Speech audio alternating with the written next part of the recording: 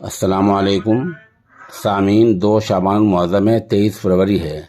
ख़बर का उन्वान है, हवाई अड्डे से कांग्रेसी लीडर पवन खेड़ा को गिरफ्तार कर लिया गया है। गिरफ्तार क्यों किया, किसने किया, कहाँ की पुलिस ने किया, मामला पूरा क्या हुआ, ये आप उन लीडरों की ज़ुबानी ही सुने। आज हम सब इंडिगो की फ्लाइट से कांग्रेस महाधिवेशन के लिए रायपुर जा रहे हैं। यकायक उन्होंने हमारे साथी पवन खेड़ा जी को कहा कि आपका बैग रह गया है। उनके पास कोई बैग है ही नहीं। आखिर में पुलिस आई और कहा कि असम पुलिस ने कोई एफआईआर दर्ज की है। तो हमने कहा कि आप गिरफ्तार कर लीजिए, प्रोडक्शन वारंट मजिस्ट्रेट का दीजिए या गिरफ्तारी का लिखित ऑर्डर दीजिए। ना वो एफआईआर देते, ना मजिस्ट्रेट का प्रोडक्शन वारंट उनके पास है, ना उनके पास कोई गिरफ्तारी का ऑर्डर है। ये बिल्कुल सरासर गैर कानूनी है।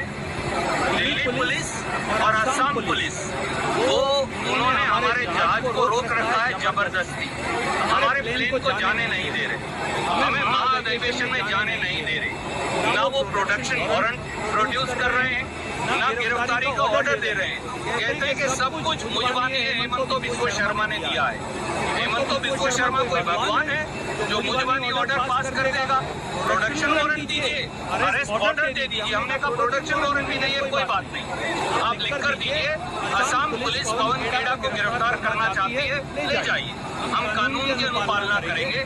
आप पूरे प्लेन को आपने जबरदस्ती रोक रखा है, आप पवन खेड़ा को रोके हुए हैं। इससे ज्यादा गैर कानूनी की बात, देश की राजधानी में अंतर्राष्ट्रीय हवाई अड्डे पर खुद अगर